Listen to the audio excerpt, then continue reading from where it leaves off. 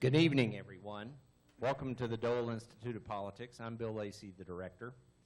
For those of you who've attended a number of our programs, many of our SAB members, you probably know that Jesse Burbank has a golden voice, and he does the student welcomes here a lot. So he gave me a little bit of advice, so I'm going to see if I can channel Jesse just for a moment here. Good evening, everyone. Welcome to the Dole Institute of Politics. Jesse, you're a lot better than that. I can't get my voice that low, man. But anyway, welcome to everybody. It's great to have you here. It's great to have the SAB here. This is one of my favorite programs. I get to do what normally is a student welcome, so that makes it very special for me, and then I don't have to work the rest of the night. Christina has to do all the work. So it's one of my special, very favorite programs. I'm going to ask everybody to do two things. Please turn off your cell phones. And at the end of the program, at the end of the interview, we'll have a couple students coming around with mics, as we always do. So if you want to ask our guests questions, you'll have the opportunity to do that. I wanted to give everybody a couple of notes. Some of you may have heard that we have a special visitor next Monday, former President Clinton. Hopefully, all of you are going to be there. I think members of the SAB got the opportunity to get tickets for that event. And then we gave away an additional, I think, 500-plus student exclusive seats. So hope to see all of you there next Monday. And also another very special opportunity coming up on Thursday night, December 3rd. Our guest for our Leadership in Globalization and Sports program will be Kansas City Royals General Manager Dayton Moore, and he'll be with us for a program at 7:30 that night.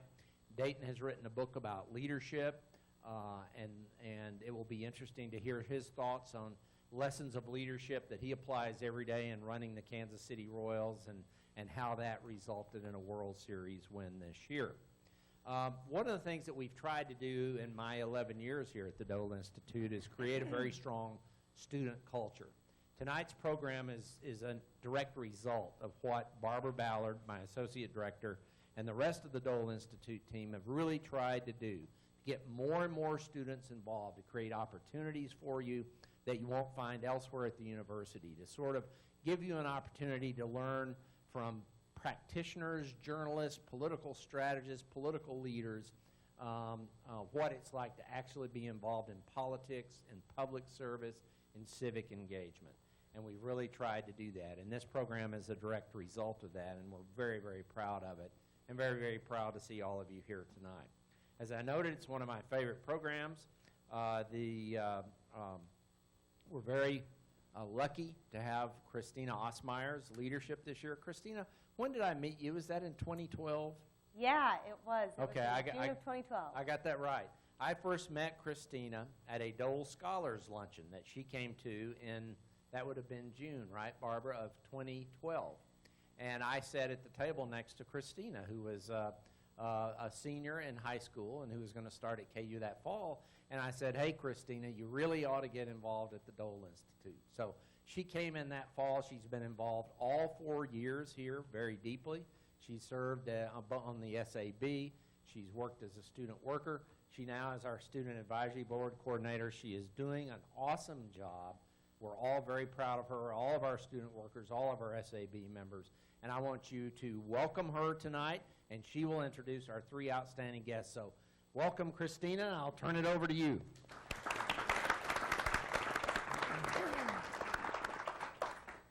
Thank you, Bill. It means a lot because I really look up to the mentors that I have here at the Dole Institute, including our director, Bill Lacey, and Associate Director, Barbara Ballard. So I encourage all of you that have not become involved with the Student Advisory Board to do so because you're going to get opportunities that are absolutely out of this world. So without further ado, we have our speakers here today to speak on entrepreneurship and the systems around entrepreneurship that really make entrepreneurs successful. So first we have Ryan Weber, who is from KCnext, and he serves as the president. We also have Kelly Pruneau, who is a network manager for Women's Capital Connection. And we have Matthew Marcus, who is a co-leader at the KC Startup Village. So why don't you guys welcome them here today? Good job. All right. Could you guys start by telling us a little bit about yourselves, your background, your education? So we'll go ahead and start with you, Matthew. Sure. Again, name's Matthew Marcus. Education, alum of KU, which is pretty awesome to be up here. But yeah, I kind of wear two hats in the startup community. I'm a community builder, co-leader for the Kansas City Startup Village, also the president of the board of the newly formed Kansas City Startup Foundation, which is helping to unify and champion Kansas City startup and entrepreneur community. And then when I take that hat off, I put on my entrepreneurial hat. And I recently started a new startup called 1 Minute Candidate, which is interesting that I'm in the Institute here of Politics. And it's all about helping voters learn about political candidates in 60 seconds or less. All right, thank you. Kelly Pruneau. I am an alum of, I am a cyclone, okay, Iowa State University, yeah. However, I have a daughter here at KU. And another, that one, right? Yeah, it's that one. Let me see, where is she? Yeah, okay, there. Yeah. I promise, I've got. We love it. I'm about to ask you to leave. Who's more proud of who here? She's taking a picture of me. Let's see. I actually was a longtime entrepreneur. I'm kind of, a recovered entrepreneur. Okay, no.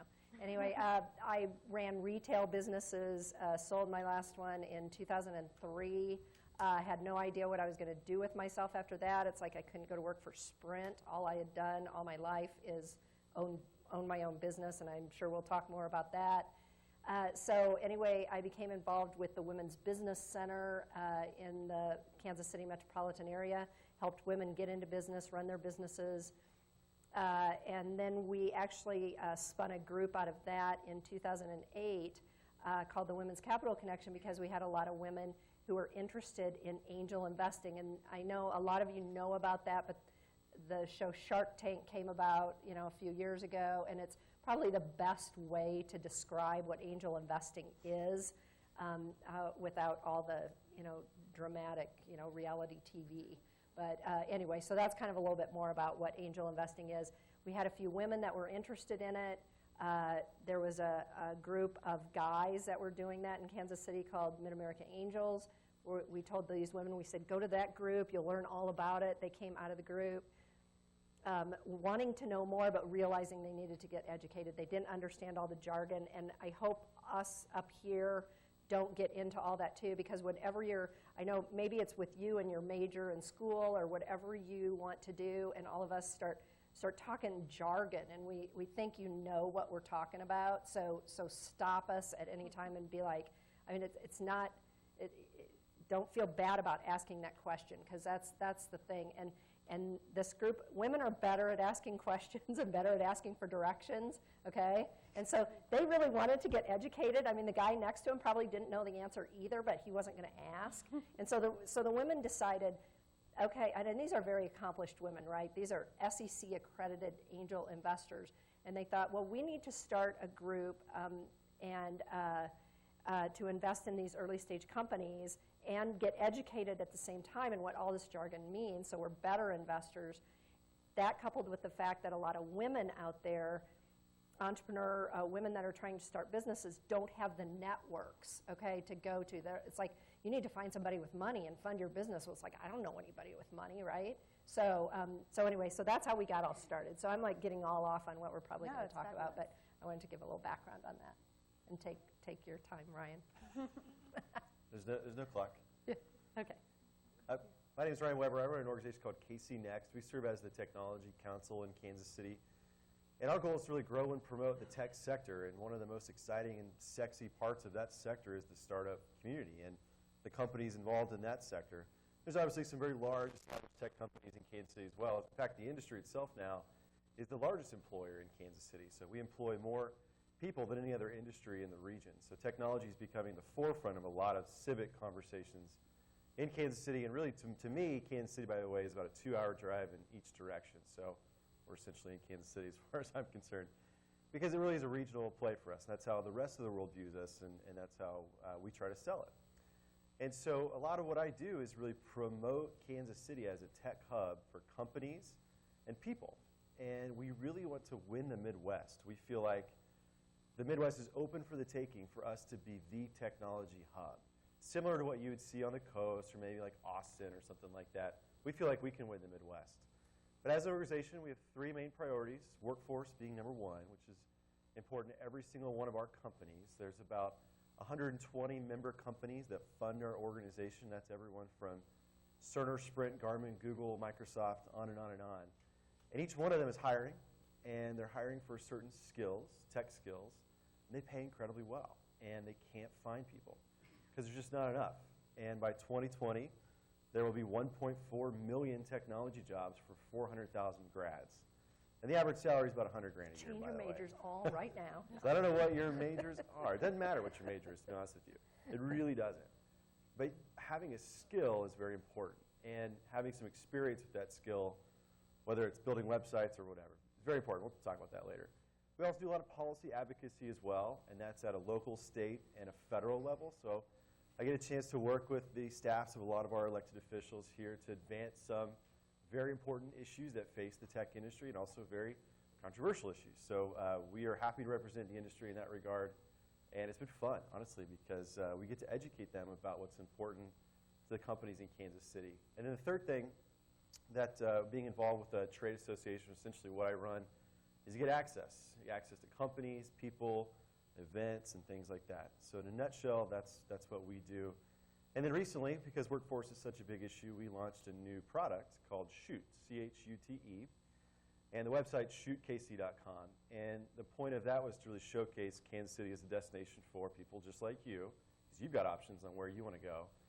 Also for specifically tech employees to consider Kansas City for their future career. And I launched that a couple months ago, so run a startup trade association and now run a startup product company, which has been fun.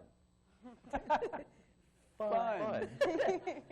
Yeah. Can we define? Yeah, sure. Right now. Let's do that. Yeah. Actually, before we get to how fun entrepreneurship could be, you mentioned jargon, Kelly. So, Matt, I'm going to have you actually tell the audience what the KC Startup Village is and how it started. Sure. I'll sum it up as best I can. So essentially, the short of it is that 3 properties came online with startup activity in a specific neighborhood in the Kansas City area. These properties were about 2 blocks away from one another, and it was the first neighborhood in the world to get Google Fiber. The most important component of it all is that there was zero planning behind it. There was a lot of serendipity. I happened to own one of the buildings in the area. It had a for rent sign. There was one tech entrepreneur kind of operating solo. He had closed some funding, wanted to bring his whole regional team into Kansas City to build the company further, saw my for rent sign and asked if he could rent the space, being a startup guy. And I got very excited because I was a startup guy. He didn't know that. And I said, that's what I'm going to do. I'm going to make this a startup house. Got him and his company in there. I joined another startup a few days later. We needed space. We took the basement. We brought another startup with us. So now we got 3 startups in this one building. While that's happening, 3 other startups moving across the street where the initial tech entrepreneur was located. So now you got 2 properties going. And then while that was happening, a local web dev guy comes up with this program called the Homes for Hackers program. The idea is that, hey, Google Fiber chose Kansas City to be the first city to get this new service. This is pretty awesome. Kansas Cityans, Midwesterners are so hospitable, they would probably open up their homes to let entrepreneurs from around the country come and literally stay for free in their spare bedrooms, their attics, their basements, whatever, just so they can plug into Google Fiber and create awesome stuff. Writes a blog post, puts it on Reddit, gets a lot of exposure. Kauffman Foundation learns about it, invites him to come in and says, you got to build this program. You can't just talk about it. You make this thing happen. So he launches the website, and he gets about 8 homes in the area to sign up for it, about 13 entrepreneurs who agree to come to Kansas City. So at that point, it's just a matchmaking operation. Unfortunately, the homes that had signed up weren't going to get Google Fiber for several months to a year because of the slow rollout period. So he and his wife decided to cash out their retirement fund and buy a house in the first neighborhood in the world to get Google Fiber. And it happens to be 4 houses away from all this other activity. So again, all this takes place in 2 weeks. September 30th, 2012, Ben Barrett, the guy that started the Homes for Hackers program, sends an email to the early settlers of the village, if you will, and said, hey guys, something really cool is happening here. We've got startup activity, we've got Google Fiber. I mean, this could really become a national hotbed for startup activity and attention in Kansas City. We should do something about it. like, yeah, let's do something about it. So we got together, drank some beers, and came up with the name Kansas City Startup Village, threw up a website, came up with a logo, and basically said, hey, any other startups want to join us? We're over here having a good time, and entrepreneurship's tough. Let's do it together. And the rest is history. Fantastic. And so now, Ryan and Kelly, what is your take on the Startup Village from an economic and funding standpoint? Where is this again? No. I mean, yeah, you know, Matthew touched on starting a business is really hard, okay? And I'm not going to lie to any of you all here. It's tough to do. I mean, if it wasn't, everybody'd be doing it, right? It's also a hell of a ride, I'm telling you. So it's tough to do. And then once you go into business for yourself, it's kind of a lonely place to be as well. You know, you're kind of, you know, you can't really, all your friends are patting you on the back and saying, way to go, that sounds so cool, and, you know, all of that, and you're kind of in the trenches, you know, all of that. So it's really important and really exciting to have an opportunity to get together and bounce ideas off of each other. Because as you grow your business and you hire more people, the challenges don't go away. They kind of become bigger, and then you can't bounce ideas off your employees, right? You know, you can't tell them you can't make the payroll on Friday, you know. I mean, you know, you can't discuss all that kind of stuff. So you need to find either, you know, mentors or peers or whatever it is. So an organization like that is awesome that there's those opportunities. When I had my business, there was none of those kinds of opportunities. The other thing too is with a lot of, now I was in a retail brick and mortar, and now a lot of these tech companies and things you can start, you know, you don't have to have all that brick and mortar. So then that becomes lonelier though, because then you're, you know, in your own house or basement or whatever it is, and trying to figure that garage, trying to figure that out on your own. So it's really important to have the kind of peer support. I may take a little bit different approach to the village and how kind of we've interacted with it, because you know, we need stories to tell. We have a great communications team that has even a presence in New York City with a national media team who pitches stories about Kansas City. So whenever you read about Kansas City in Wall Street Journal, the Huffington Post, it doesn't just happen. we do work a lot with those journalists to tell those stories, and this was a hell of a story to tell. And I mean, luckily Matthew's really good with the media, because we were sending things all the time to these guys, and they were telling stories about what it's like to start a company at the very first stage, which is actually kind of hard to find, because across America, these other startup hubs are so well established, and there's all these very established incubators, accelerators. They weren't really seeing kids working out of a home or quitting their jobs and starting, you know, just because of the exciting thing about fast internet, which is really all Google Fiber is. I mean, I got it in my home. It's really fast. And that's all it is. But we were using that hook to tell a Kansas City story. And so while we were telling Kansas City's story about why it's such a great destination, Matthew and everybody else was telling the startup story, and putting that combined has elevated our stock in the last couple of years more than other cities. I mean, mayors of New York City and Seattle are going, what the heck's going on in Kansas City? They're jealous of what's going on in Kansas City. And it's like, you know, we don't really want us to tell them anything different. I mean, we're excited too. But it's been a really interesting play to showcase the lifestyle of Kansas City and how accepting and willing it is to support these companies. So it's been a fun story to tell. Can I add on to that super quickly? Please. Because you mentioned something, 2 words, incubators and accelerators. So the common conception is that 9 out of 10 startups fail, right? The odds are stacked against you. So what organizations and resources can be provided to these entrepreneurs to try to decrease that failure rate and increase success rate, right? Incubators and accelerators exist for that reason. They still can't get a better than 50% success rate, but they can reduce it to, let's say, a 70 or 60% failure rate. That's the importance for the village. The village is essentially a living incubator, right? With no application costs, no application at all, no fees, no anything. Move to the village, base yourself there, you're part of the community, and you can start bouncing these ideas and resources and knowledge off one another, which helps your company find success. And that's what it's all about. That's awesome. And how would you say that the community members around the Startup Village, who per se are not involved with startups or entrepreneurship, how have they reacted to the Startup Village and that entrepreneurial ecosystem that's being created? It's an important piece to the story, actually, because the village, although there's a small commercial district that it's centered around, there's all residential neighborhoods surrounding it. So the majority of people in the area, they live there. They have their family. This is where they call home. So when all of a sudden this startup activity started to develop, they got a little concerned. And they thought, whoa, what's this startup thing? What's this entrepreneur thing? Is this like frats? Are there going to be keg parties and loud music? And we're not into this. We're trying to raise families here. And so we were very cognizant of that. And we wanted to show them that, no, hey, we're here to be good community members and build successful businesses. So how do you show them that? You have a barbecue.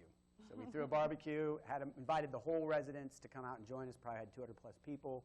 And we gave them a chance to actually meet these entrepreneurs, right, and say, oh, and learn about the business and really get to know them. And so we try to include the community as a whole in any of the events that we do. Like we just had a Village Fall Fest. Again, we had an outdoor Royals watch party. We had food, we had drink, we had all sorts of good stuff. And we don't just invite the entrepreneurs or the community. We invite all the residents as well, because we realize that it's a cyclic thing, right? One begots the other one, and it's really a community thing. And so it's very important to us. Awesome. So how do you think Kansas City as a whole supports the entrepreneurship community? You mentioned accelerators and incubators, but what resources exist in Kansas City that entrepreneurs can use? Oh, Kansas City is extremely entrepreneurial. We have the Kauffman Foundation there, right? I mean, the Kauffman Foundation is a $2 billion foundation. And that's, Ewing Kauffman was, the godfather of entrepreneurship. I mean, he really started Marion Labs in his basement, and, which became a huge conglomerate. And so he's a story in itself. And, I think that there's been so many different programs that have spun out of the Kauffman Foundation, and it's just, whenever anything, happens major, it kind of ties back into Kauffman, some way, shape, or form. They're part of all of this. So I think that it's, in fact, sometimes I think our opportunities in Kansas City are a little bit overwhelming, meaning like you have to navigate your way through what can I get involved in, because there's, we were talking here about it's Global Entrepreneurship Week in Kansas City and all around, and I think there's like 87 different events going on in this week. Yeah, we were talking about that yesterday, and I was talking about that with somebody from Kauffman, and like, yeah, 87 events, and they're like, yeah, and it's only Tuesday, right? Okay, so really it felt like that already yesterday. I think today's Wednesday. Okay, good. So we're on, I don't know what event number we're on. But anyway, so there's a little bit, so we have an organization in Kansas City called the KC SourceLink that helps navigate you through some of the maze of all the opportunities. Because you go to a lot of different cities, and while they're entrepreneurial as well, they don't have maybe as many resources. You have to seek them out. I mean, they're on every corner in Kansas City. So if you can't find something, you don't even have to look very hard. They're everywhere.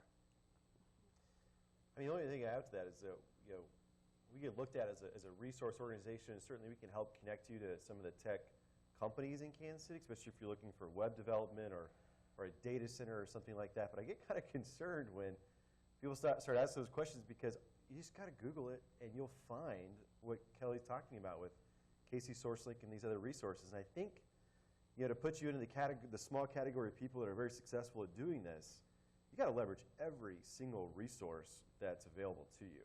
And luckily in this region, there's an endless amount of those resources and people willing to help you. And that is unique. That isn't the case in other tech startup cities, especially out west. I mean, it's good luck. Yeah. And that's really about it. I mean, we're lucky to have that culture here. That being said, I think we could do more. I really do.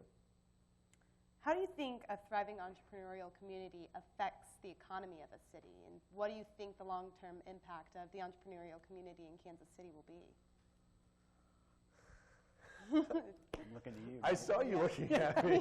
I'm starting to get a crook in my nose. It's not going to. And, I mean, startups don't hire that many people. I mean, you're talking Cerner's going to hire 5,000 people in the next couple of years. And they're going to bring in a lot more, and they're going to be a giant employer. Startups probably won't do that. But where do you hang your hat? Where do you make a bet on the future? Is it to continue to grow these big corporations that are based in Kansas City? Or do you look for the next corporations that can grow? And that's kind of a story we continue to hear. Where's the next Cerner and Garmin? And in order to find another Cerner or Garmin, you have to place as many bets as possible. Spread that risk, take a portfolio approach to that. And that's what I think we're still trying to get some of our civic leaders to think about. And we get a chance to be in the room with some of the people that run Kansas City. They don't know what to think of us sometimes, probably, because we have ideas. And they cost money. And they take money away from other things that are getting funded. And so I think that the shift is starting to occur, though, where the leaders of Kansas City are saying it's time to start placing those bets across a wide variety of companies, and that those that rise to the next level, we need to double down and find a way to make sure they stay in Kansas City and be successful. And so that's a trend I think that's maybe starting to happen, but again, we could do more. But it's not going to be a big, I mean, startups or entrepreneurship, it's not a big part of our economy. And it's not going to be unless we start placing a lot of these bets. Right. Is there anything you guys would like to add to that? Well, we're working on that as far as the ability to raise capital, right? I mean, 10 years ago, there really wasn't any kind of angel investing in groups in the Kansas City area. Now we have several different angel groups operating out of the area. So there's a little bit more opportunity there. There's several different micro-lending programs if you're interested in getting a small amount of debt financing to start up a business. It's the ability, there is more capital in the market, and we're trying very hard to organize it. Because when you start up a business, again, we're talking tons of resources, right? Tons of opportunities to talk to folks, but it's all about the money. It's all about the money. Can you find that money to fund your business? And so we're working at it, yeah, and it's going to continue to take more work, but that we're moving in the right direction there. Because again, we want to be able to fund some of these companies even to more venture capital kind of backed companies, like Ryan was saying, to create that next, Cerner or Garmin or whatever it is. And right now, okay, so now we're developing more angel groups, so they're getting some funding to start out and to grow their business to a certain level, and then we're losing them to the coast because that's where they go find the big venture dollars or the larger investments, and so we don't want that to happen. So we're trying really hard to move that forward. I think we're making a lot of progress, and we continue to look at that because there's a lot of folks that want to stay in the Midwest. I mean, the cost of living here is so much better. Like you guys said too, it's easier to access those mentors and people that are willing to help, and you're not competing against hundreds of other good deals that everybody's looking at as far as funding or anything like that goes. So, yeah. I may offer a little bit different perspective to this, because Kelly's right. There is a need to get more access to capital. And I had the chance to spend some time with a very influential venture capitalist from Silicon Valley. And I asked him, would you consider doing deals in Kansas City? And he's like, sure, I'm in the business of making money. I don't care where it happens. But the question he asked me was, does Kansas City have the talent to build tech companies? And that was the perception. Not that there weren't good companies to invest money into, but were there enough engineers? Were there enough developers, front and back end, and even just mobile developers? And were there enough in a market the size of Kansas City to grow and scale tech companies? The answer is probably not. And that was his biggest concern. And that's where I think the perception of we need to attract these companies to the coast is because it's where the talent is. And that needs to change. And I think in order to really make a difference in not only just the startup community, but in the industry as a whole, many more of you need to learn how to code software. But at least know how to build products, be product managers, project managers, things like that. Those skills that are needed to grow and scale companies are so important. And there's no degree for that. Unfortunately, you got to go learn kind of the hard way sometimes. But I think talent is almost as important as capital, because if you look at even Silicon Valley, the money doesn't drive anything. It's the talented people that live and work in Silicon Valley that drive innovation, and those money people follow right behind them. And that's what drives everything. So I'm on the talent bandwagon now. That's a huge part of my spiel. And of course, being at the Dole Institute of Politics, I have to ask, what role has the government played in the Startup Village and the entrepreneurial community in Kansas City? Do they even play a role, or what do you see out there? This could get me into some hot water. We like My hot water. response. So the village is interesting in that the center point is literally on State Line Road, so it's a bi-state initiative. As a community, we don't care where a startup and entrepreneur bases their business, whether it's on the Kansas or Missouri side. All we want to see is them be successful. So when we talk about the Kansas side, well, let's talk about the Missouri side of the village first, because KCMO, the government itself, to me, feels largely focused on their downtown urban core, because there's a lot of awesome activity happening down there, and they have a lot of sectors down there of startup activity. River Market, Crossroads, et cetera, right? So I can't blame them for saying, hey, there's a lot of bread and there's a lot of butter down here. Let's use it to butter our bread, so to speak. Even though there's a component of the village on the Missouri side. But when we talk about the Kansas side, we've got activity out in the Legends area, which is where Cerner's based, and there's large corporations, the Speedways out there, the Nebraska Furniture Marts, the Cabela's. But for startup activity, the village, to me, is their number one place of activity for true entrepreneurial, on the ground, in the trenches, startup activity.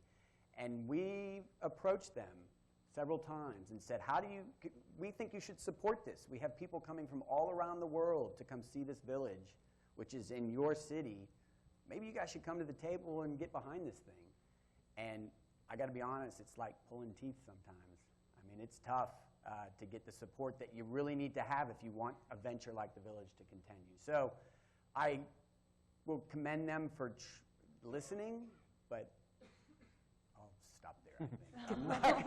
There's been some great You are so politically correct. There's been some great photo ops, though. I mean, I've seen you in pictures with governors, senators, you name it. I mean, Yeah. You're smiling next to it, yeah. I really got to stop saying it. I will agree with Matthew on this. This is a hot topic. People often wonder, what can government do to spur some of this?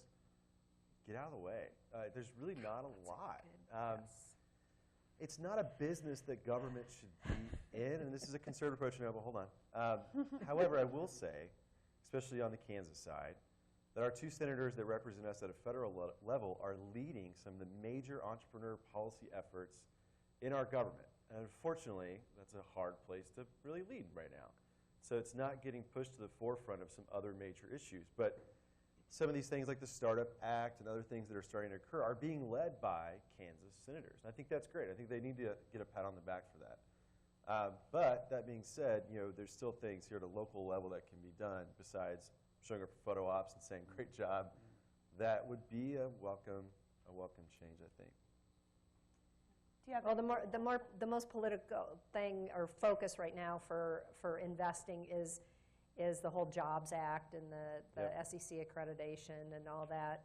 And we actually, I'm part of an association, the Angel Capital Association. Brooks here is interning there. And they have a public policy arm, and they're doing a lot of work in Washington to make sure, that the SEC doesn't make it too difficult to invest money in these startup businesses. So again, get out of the way. I mean, it's like don't focus on this. This is not for government to focus on. So anyway, you and I have dealt with this a lot, but one topic that's going to come up this year in Kansas is the angel tax credits, which have been great. Back in a former life, being involved with an angel investor group, we would raise money from investors in other states, and they would invest in a Kansas company, and then they would get tax credits. Well, they didn't have Kansas income, so it didn't matter. And we would sell those for them and then send them a check, and they would be like, wait a second. I gave you money, and now you're giving me money back. Yeah, it's liquidity in the marketplace. And they're like, well, what other Kansas deals are there? Right. I mean, that was a big, significant reason we would invest in deals, program, right? Yeah, and they may do away with it. It's on the, It's been on the chopping block for a while, and it continues to be on the chopping block. So, it's like, really, why would you do that? I mean, That's a head scratcher. And A good book to read is called Startup Communities by Brad Feld.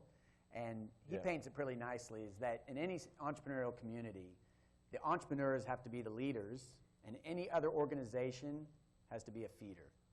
And that includes government. And so it kind of goes in line with Yeah. what you both are saying, which is, hey, let these entrepreneurs who have the most risk at stake go do their thing and get out of the way, but support them, but don't try to lead it. Let them do it and just give them support. And that's where it can get challenging sometimes, depending on. yeah. I'm going to take a little pivot, and this one's directed toward you, Kelly. What challenges do women entrepreneurs face that are different maybe from what men entrepreneurs face? And what is that climate like?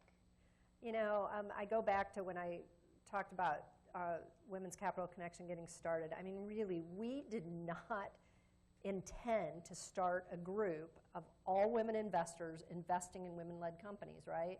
I mean, that was not our intention. We really, and we do a lot of co-investing with Mid-America Angels. Between our two organizations, we have about 120 investors, which 48 of them are women. So that's really exciting. And actually, I like to see the mix in the room here, too. You know, I was very fortunate, and I'm going to go back a long ways here. I was very fortunate in that I was raised by a mother and father, and my father was the true, you know, business entrepreneur. I was so fortunate, you know, he started several different businesses, true self-made man, still owns several businesses, retired now. But anyway, I will say something that's kind of interesting. You'll be like, oh God, she sounds like such a mom, right? Okay, but my dad never made me feel like I'm an only child too, and he never made me feel like he wished he had a boy, right? Okay, he never went around going, you can be anything you want to be, right? Okay, but he never, just really never acted like I couldn't do anything that he could do, or, you know, whatever. He just never, it was almost like it was, yeah, just not a subject. And so not a lot of women were raised that way, and I'm sorry for that, honestly, but you got to kind of snap out of it, right? And I think that you get in your own way, right? And so you need to go. I get a lot of women coming to me, even like they went to the bank to try and get a bank loan, and they're like, oh, they turned me down, I think because I'm a woman. I'm like, don't care if you're blue, right?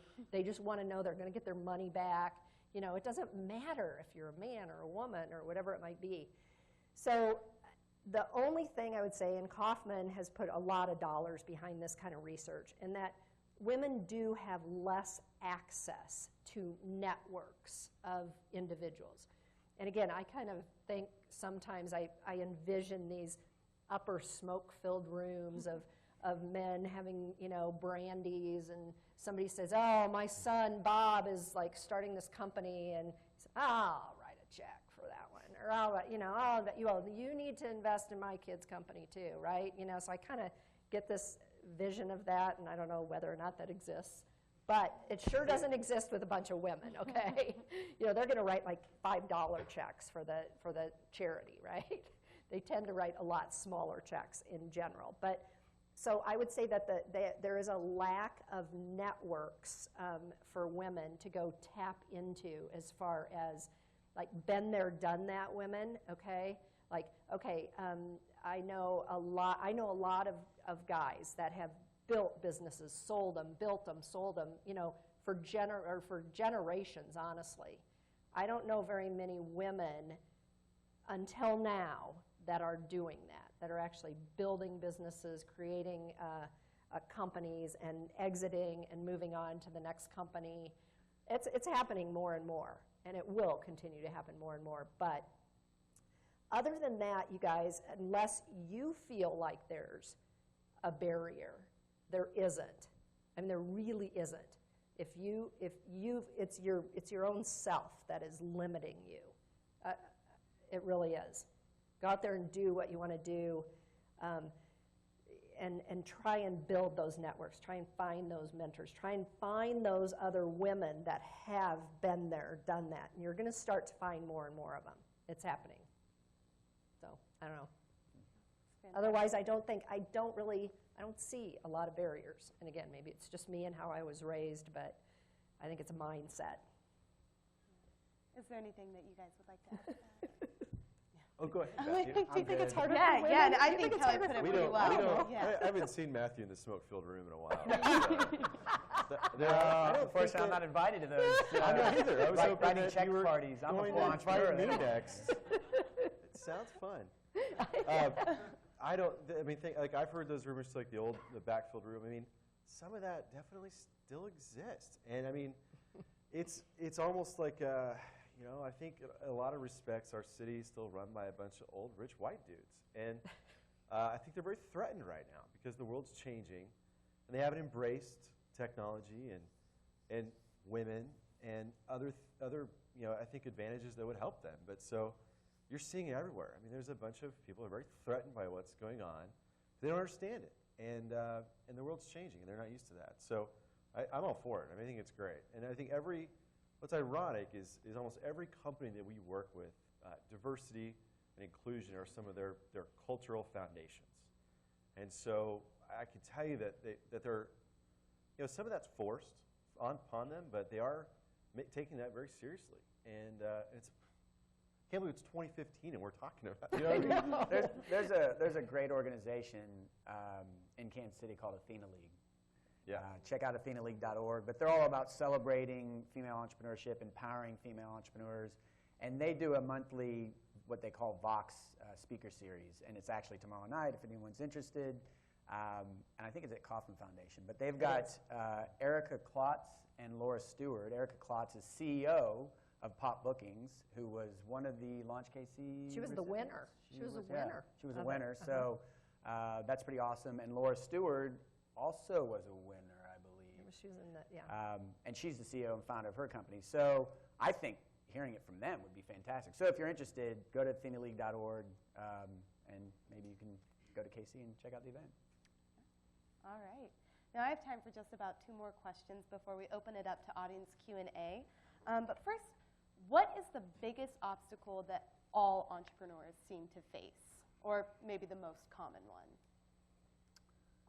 Ooh. Well, I mean, I personally would say taking the leap, becoming an entrepreneur.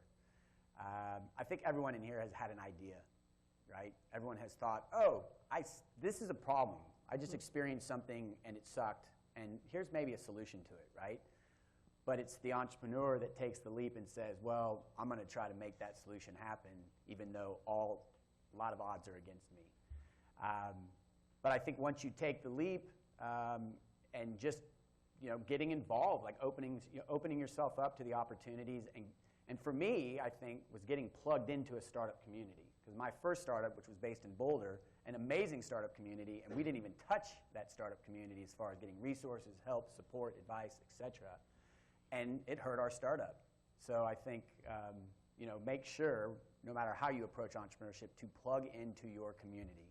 Because organizations like these up here, they're representing, and the other ones, they're there to help you, and they could make the difference between success or not. Yeah, and it's really, I kind of go back to the exact same thing you said, and that is, the whole mantra and the whole entrepreneur scene is, the ready, fire, aim approach, okay? So I always said too, and people that worked for me or worked with me, it's kind of like somebody'd present me with a problem, and I'd say, so what did you do about it? And they're like, well, I was waiting to ask you. And I'm like, don't ever do that, right? I mean, I'm always about begging for forgiveness instead of asking permission. And if you want to be an entrepreneur, that's what you got to do. You got to just go for it. And, it's great to tap into resources. And again, like with the Women's Business Center, we talk about, helping people make $50 mistakes instead of $500 mistakes. Like we're going to try to, help you say, like, we've been there, done that. We've screwed that up. We'll show you how to maybe do it better. And so, so plug into all of that kind of stuff. But you got, you guys, you're young. Go for it. Now's the time, really. But do surround yourself with some folks who have done that before that can help guide you in the right direction. Don't just sit back and get that whole analysis paralysis going, man. If you really want to do something, you got to do it. I mean, that's pretty good advice, right? I don't know what I would add to that. I would say for where you all are at, many of you are going to go on and have a job. And all I can recommend is that you need to learn a little bit about a lot of things. And you don't necessarily need to be an expert in one thing. It's good if you are, that's still good. But knowing a little bit about a lot, especially with how your network works, it eventually will work for you. And so if you ever do take that leap and do risk it all, having a network of not just drinking buddies or friends or whatever, but knowing what your friends' skills are pays off tremendously. But not just friends. I mean, those I know that are really important to me, I mean, they have spent most of their life figuring out who are the most influential people that they need to know. And they consistently, like sonar, just ping them, like, what are you doing? What's new? What are you seeing? What's cool? And that's a really important part. Maybe that goes back to the network conversation that I never really thought about that until you said that tonight. I learn something from you every time, Kelly. Oh, Ryan. But I mean, that's interesting. All right, so here's something, because And as I'm mom. listening, I'm thinking about the question, which is, what is a challenge that every entrepreneur faces? Oh, we didn't answer that, did we? Well, it's because it's tough. I was struggling to think of something that every entrepreneur really struggles with, but I think I've found it. What? I remembered it. Tell us. Every time I listen to an entrepreneur speak, big presentation or I'm just chatting with them, I ask them one question, which is, how do you deal with work-life balance? And that's the response I normally get. They laugh. Every time I ask them, how do you balance life? And they laugh and they say, well, if you figure it out, let me know, because I don't know. Because entrepreneurship is total chaos. It is absolutely chaos. And people say, we avoid working 40 hours a week so that we can work 80, right? There really is no end. The beginning and end of workday is very blurry, right? You have to be very conscious about it. So that is something I see that every entrepreneur faces, is how do I deal with my family and the things that I want to do versus work? In some startup classes that we do, like at the Women's Business Center or whatever, I talk to a lot of people. You know, I'll always say, you know, the best part of being an entrepreneur and running your own company is that you get to walk in that, you know, door every day, so to speak, and really call the shots. You get to call the shots. The toughest part about owning your own business is you have to walk in that door every day and call all the shots, right? So it's really, that's that balance there. I mean, it's the highs and lows, and you got to be able to go with that. And so you do, and you get to make changes though. See, that's the thing about everybody will probably go out and get some jobs. You'll find out that you'll find the good part of a company in that you got these department cronies, and you get to bounce ideas off each other and hang out with each other and all that kind of stuff.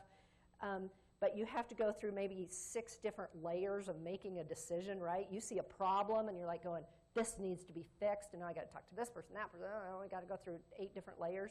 When you are in your own business, and I find a lot of people that come out of the corporate world and try and start their own business, and you know, it's kind of like, oh yeah, you know, the light went out. Well, I need to call the light guy. Well, no, you're the light guy now, right? Yeah, you got to change your own damn light, janitor. right? You know, so it's like, you know, so you got to figure it out, and you got to live in the chaos. You got to live in it, in all the muck and the chaos. But you also get to live in the good too, right? Like you get to pat your own self on the back and say, ha, I did that. You know, so yeah, you got to be able to manage it though.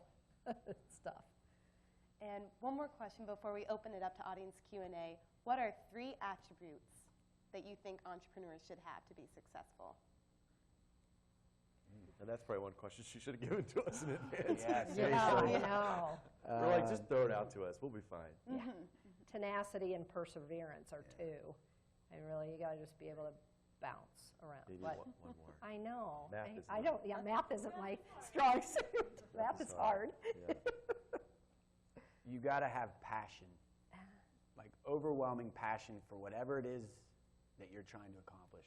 Because I can promise you, if it's the gold at the end of the rainbow that you're searching for, that's not what's going to get you up in the second year every morning to go back into work and do it again and again, right? You've got to be like, I have got to solve this problem because it pisses me off so much that I got to see a solution to it. So passion. You got to be able to lie to yourself on a daily basis, I think. Got a what? Lie to yourself. Oh, Like, okay. you can do this. Nothing's going to go wrong. Also, one thing, and I'm actually not kidding about that. One thing I noticed, this is a trend I've seen from some of the most successful entrepreneurs, is they hyper-focus. So they don't have like focus because they usually have ADD, but they hyper-focus. And I saw this recently. There was a tour with Cliff Illigy on Cerner and Sporting, and they were talking about the state of meeting, and he was going on and on about the turf.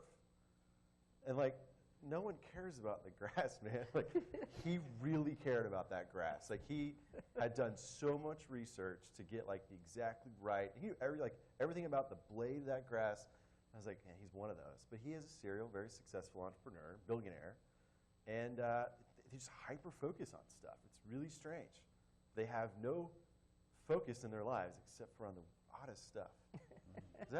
Am I onto something there? No, Or that's am I good. just That's delusional? good. That's good. It's All right. true. There's a lot to focus on in startup life. So, if you easily get distracted, see squirrel, squirrel, squirrel, squirrel, you might not get very far. So you better be able to focus on the grass sometimes. How many times a day do you do turf. that? Squirrel, squirrel, squirrel.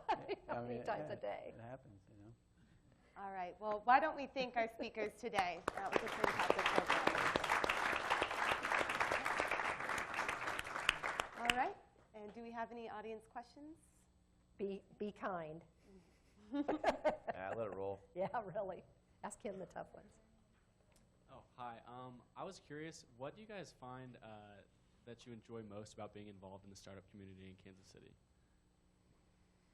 Oh, it jazzes me up, man. I'll tell you what. Every day is something different. And sometimes this can, I was in retail, right, for a long time, lots of years. And people would come and tell me what they're trying to do, and I'm like, holy shit, you can create a whole business around that? I mean, seriously.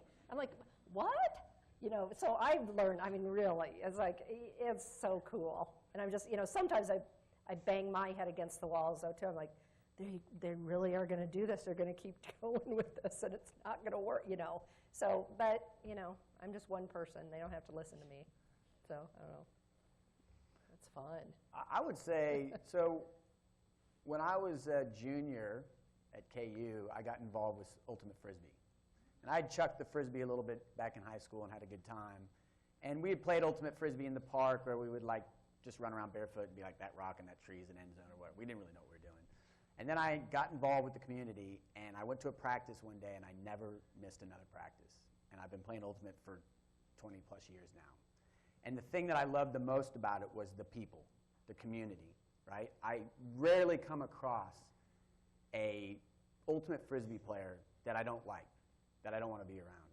And I consider the startup community in Kansas City the same way. It's like my tribe, it's my family, it's my community, and honestly, I was thinking on the way up here, driving, how cool it is I get to speak with Kelly and Ryan because they're part of my tribe. And so I really I pinch myself that I'm able to be a part of this community and see the benefits and the awesome things that we're doing together, because without a community doing this, you don't get the results. I was thinking the same thing. I was really excited to see you two tonight, too. Friends. It's funny, I have friends that are not in this world, and we'll go to a Royals game or we'll go to a concert or something. How do you know so many people? And I swear to you, it's from this involvement. And it's all these different groups of people, and it's made Kansas City feel like a really small town. But even when we have journalists or companies in town and we're introducing them to people, they're like, you actually do know these people. Because that's not the case everywhere else. Sometimes you're meeting people from that startup community for the first time. And that rarely happens in Kansas City.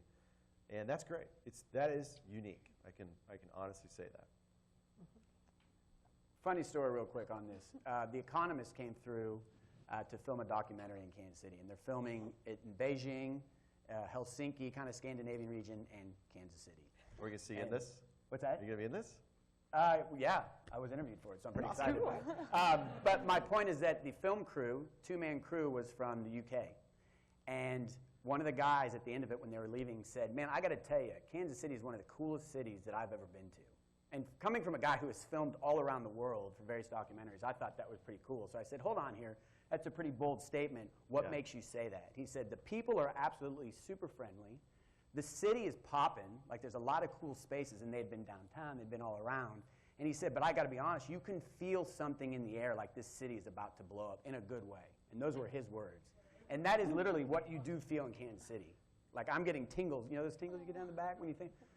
That's what's happening in Kansas City, and I don't even think we're close to the upper echelon that we're going towards. There were some Mets fans in town for the World Series. This is hilarious. They thought that we weren't being genuine. They're like, God, you guys are all so freaking nice. Like, there's no way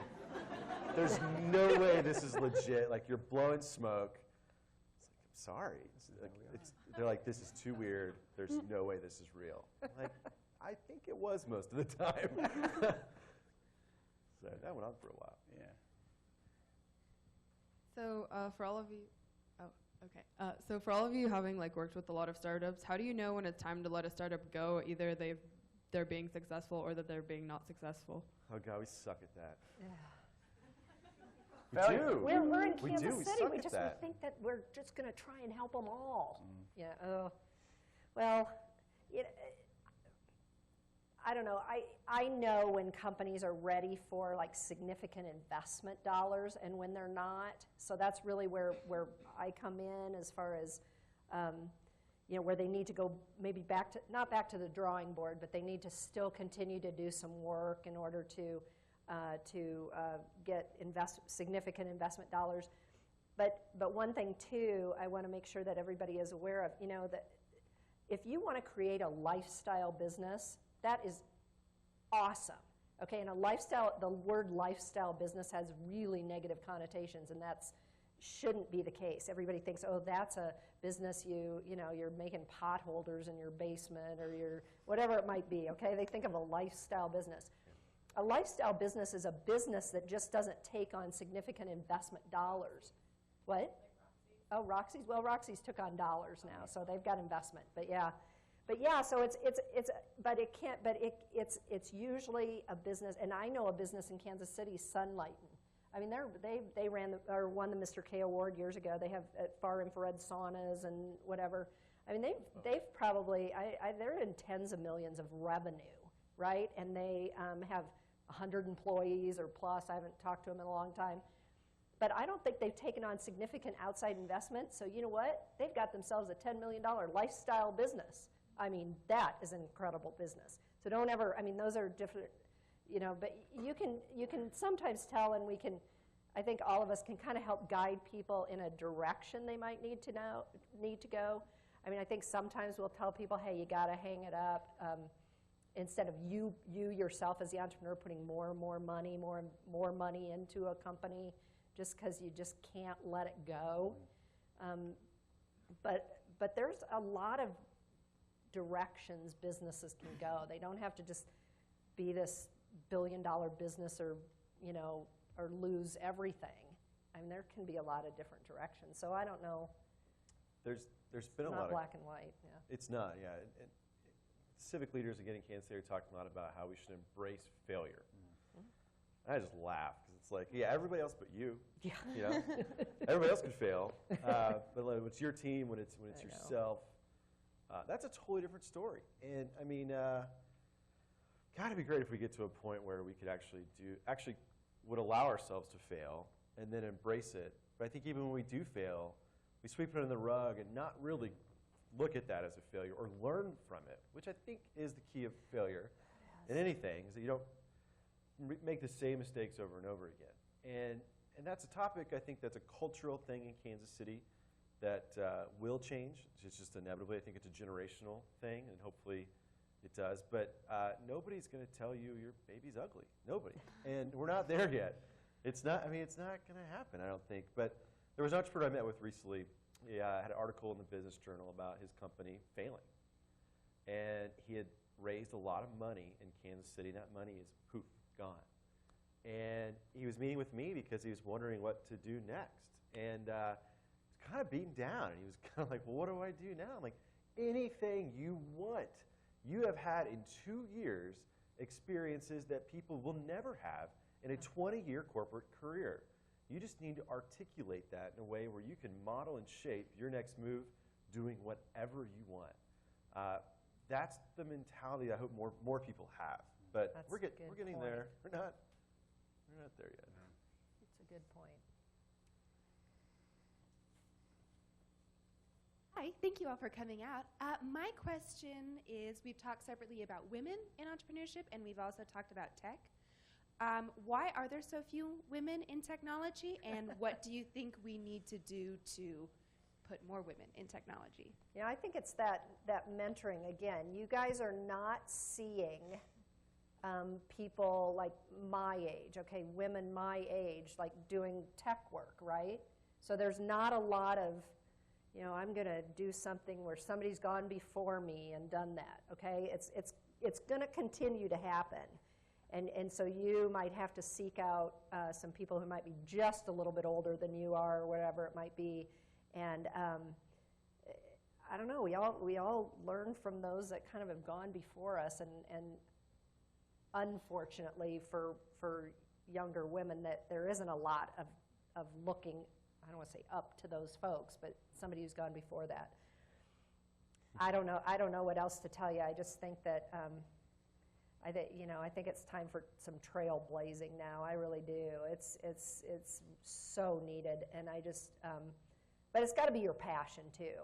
I mean, it does. You can't just go say, okay, I'm gonna fit into that because that's where these multi six-figure incomes are coming from, kind of thing. I'm gonna force myself to do that because in the whole big scheme of things, in this whole work-life balance thing and whatever, you gotta love what you do. You really do. But I don't know. That's the only explanation I have for not as many women in tech. I think it's getting there, but again. So I wonder when we say tech, maybe from a programming point of view, okay, right? yeah. From really getting in the trenches and Yeah. coding. I wonder, I don't know, I'm literally thinking about an answer as you talk and analyzing it. Is it a left-right brain type of situation? I mean, I'm thinking, left-brainers, if I'm correct, are very mathematical and problem-solving and whatnot, and right-brainers are more creative and they think outside the box and they're more artistic, right? And I don't know, are guys generally more left-brain than women? I don't know, because I think that might lead them to be more tech-driven. Because I'm thinking, when I was, I was a programmer for 20-plus years. I loved solving problems, man. I loved math. I loved science. I loved seeing, okay, this is what I need the program to do. What do I got to do it? I don't know. Maybe just throwing it out there. I'll tell you, if we don't figure this out as a country, we're in a lot of trouble because I threw out the number earlier about all those open jobs and that skills gap. I mean, men are 80% of the tech industry, programmers. Let's separate that out. As a country, I think it's like 17% today, and it's not really expected to grow much over the next couple of years. But let's be honest, how many of you took high school courses in computer science or software engineering or coding? Raise your hands, anybody? So maybe this wasn't the best audience to do the same. There's a huge opportunity. The reason why I bring that up is to just give you more exposure to what that career would look like. It's not just about the money. Yeah, you're going to make a lot of money. You're going to make way more than your friends, okay? But it's not about the money. Because like Kelly said, if you're not really passionate about that, it's going to be hell. You're sitting at a computer terminal solving problems, which is cool, and sexy work, but I don't know if it is. let's be honest, the men, there is a struggle. The women that I know that are developers have a really different day than I do. I work with all women. And the situations they're put in and the things they go through is hard. And I think that has something to do with them not pursuing that career. And the school districts and the universities that are seeing a lot of success in encouraging more women are actually separating men and women. I don't know how I feel about that because it's not the real world. Okay, I mean, all of us have to work with people of all shapes, sizes, colors, everything. And that's an important thing you learn at a young age. So I don't know how I feel about that. But if we don't figure this out as a country, we're in a lot of trouble.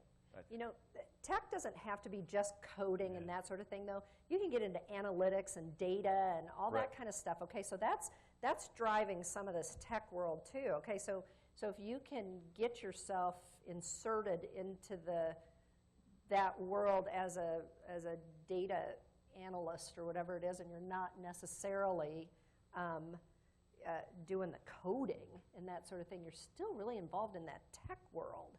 I don't know. That's a you don't have to just be coders. Well, like Erica Klotz and Laura Stewart speaking at Athena League tomorrow, both involved heavily with tech companies. I mean, they're leading the charge on their companies. Yet, I think both of them are not tech-oriented. I know Laura literally is afraid of the tech side, so she has people, a group in place that helps her do the tech. So yeah, I mean, to that point, that's true. You can be involved with tech companies and not be. Let's be honest. Nobody can control a group of men better than a woman, right? So, Next question. Management roles are usually Like on a the half fast track. question for my mother. Ah. For actually all of you guys. Let's do But it. okay, so like even on the show that we were talking about, like when they hired the woman engineer, like one of them is like, he's so funny, but he's on the business side and he wants to hire a woman. Like, but he's like, but the best at the job, whatever. Isn't it just like, I feel like in these tech startups especially, they don't really care whether or not there's a woman in the company or if there's like all You're men, talking about all Silicon women. Valley? Yeah. That's what you See, brought- Mom, you okay. gotta watch it. But no, what I was gonna say is like you said, the passion and like being really good at what you do comes first. And I feel like if there's any part of the of society that kind of just not even ignores the problem, but where it's just a non-issue, like men versus women, is that because you have to be really good at it and you have to have the passion for it. So if you're a man or a woman, like it doesn't matter. You guys know the scene that she's talking about? Yeah. Oh yeah. Her My mom response. doesn't watch that show. I recommended it like 8 times. I heard it's good. You gotta watch that show. It's fantastic. Her response to that question is beautiful. Yeah. And I think it goes along the lines of like, She literally just said, she's like, I'm not a woman engineer, I'm an engineer. yeah, That's it. Yeah. why in the world would that matter? But yeah, that's a great scene. That show does point out a lot of social issues that we're dealing with that are real. Yeah. Okay, it's my homework. We have time for just about 2 more questions. So we have one over here. What is it? If money and time were just no object, how would you see, you might like this question, how could you see yourselves building the startup community and what would it look like in the future? Wow. What a Wow, question. yeah. Time and money not an option. Like just endless. Wow. I don't know. I don't know either. Because that's literally all we think about on a regular basis, like time and money. Time and money. Time and money. Yeah, those are the two things that usually get you. It Look at it. is. Like it's tough to stump these three. I know. Like that's a good one. So I'll try to answer it from a village perspective, right? Because I'm very focused on growing and advancing this community. It is centered around a small commercial district, which is largely antiques and boutique shops. Antiques are kind of on the way out, right? Especially for the younger generation. You guys aren't into antiques. Generally, you're into IKEA-tiques, right? Don't ask them to raise their hands. So Don't ask for raise of hands. You never know. no, I know, because there's definitely some people who like the old school stuff. It's cool, it's cool. But I would love to see that portion, if I had an extended amount of time and budget was not an option, I would love to see a really startup-friendly and community-friendly coffee shop in there, right? I would love to see kind of a pizza pub spot in there, right? Where not just the entrepreneurs, but the community members as well could just get together and shoot the shit and just talk about stuff. And I would love to see more startups in this area because it's in such an incredible part of town and such a great location that this is what I want to see the village advance to. But time and, well, money specifically. I mean, there's a lot of these buildings in that area, they're for sale. If I had $2 million burning a hole in my pocket, I would own the village. I literally would, and I would be transforming it to that degree. But Which I know that's a lot of money, but let's be honest, $2 million to buy the kind of real estate No. land you're talking about, I mean, that's nothing. yeah, especially compared to the coast, my God. But it's still a lot of money. It's still But a you lot of know, money. for me, it would be more about, I meet folks, lots of different people every day, and they'll come up to me and they'll ask me a specific question, and I'll think, I have a whole lot I can, again, just in, because I'm old, right? So I have a lot of experience, so I can talk to them and help them, in a whole bunch of different directions. And I look at them so many times a day and just be like, I can't even begin to go there. I don't have enough time to talk to you about this. And then I think, oh man, I should get you together with you, and the 4 of you should. And I'm like going, I can't figure out how to get that all organized, right? Okay, if I had the time and that's what I would do all day long, is just to mentor people and to match them up with other people to talk about the issues that they have in common, and I'd make all those connections for people, and I don't have enough hours in the day to do it. But it is really about the connections. And so, luck is like being in the right place at the right time. Well, luck is being in the right place at the right time and knowing what to do with that, right? Somebody says, oh, you should meet so-and-so. And you say, oh, yeah, that'd be great. It happens to be every day, too. And I never go meet that person, and that could be the next person that we're going to fund or, that I really need to know. And I just didn't even capitalize on that introduction or that suggestion. So I would just take the time and connect people. So if time or money were no option, this is interesting. So I've actually thought about this, I think. So often people come to us and they need certain things. It's usually money. And I would just fund you. If time and money weren't a thing and you had an idea, here's 25 grand, go try it out. And eventually what we're going to find is some pretty incredible things. And if I didn't care about that 25 grand, here it is. Go have fun. And if you're successful, here's $1 million. And if you're more successful, here's whatever else you need. That's what I would do, I think. I would just not even care about, you got an idea? Here's the money. Go along your way. We have one more question right over here. Yes. Hello. I don't want to stand, so sorry. But my question is more on the financial side. So actually last week, the Wall Street Journal reported that the SEC actually lowered the barriers on the startup investment. So that means that average people can invest up to like $2,000 in a year, technically, is what the article is saying. So how do you think that can positively affect Startup Village? So. Yeah, it's a that's going to open a big old can of worms. I mean, it's a good thing. It's a positive thing. Maybe they need to know why this rule exists in the first place. So you know that history, right? I can. Yeah, go ahead. Go ahead, Ryan. No. No, I'll just go ahead. We want to talk about 1929 or? Sure. Yeah, I think I was only about 5 then. No. Stop. No, go ahead. No, seriously. Go ahead. No, go ahead. And yeah. Well, I was going to say that the background on this is that the reason why the government had that rule was they didn't trust people with your own money. Mm-hmm. Like you weren't going to be able to feed your kids because you were investing in some startup company, right? Okay. Well, kind of logical. Yeah. Now I think the issue though is going to be, so much of this new burden is going to fall on the entrepreneur, right? I mean, they're going to have to account for all these folks that are investing little amounts of money. This is equity investment. And all of a sudden, the capitalization table in that organization is just going to be pages and pages long. They're going to have to print out reports and keep track of these investors. And I don't know. There's going to be so much of a burden on the entrepreneur. I'm afraid the entrepreneur is just going to say, hell with it. I'm not going to go raise all this money, kind of thing. That's too hard. And it's hard enough when you go find accredited investors. Anyway, I think there's some real positives to it. I get that. It's like there's a lot of people out there that want to invest that kind of money in some companies. But then you have to go out and do your own due diligence, and that's why there's angels in groups. You just don't want to. I don't know. Here's a good example. You guys know Kickstarter, right? I've talked to several people who've done Kickstarter campaigns, and I've heard horror stories from people doing Kickstarter campaigns. And one of the reasons that I hear is that when you're taking money from people, a lot of different people, they'll ping you, email you, and contact you. When am I getting my reward? What's the status with the product? Blah, blah, blah.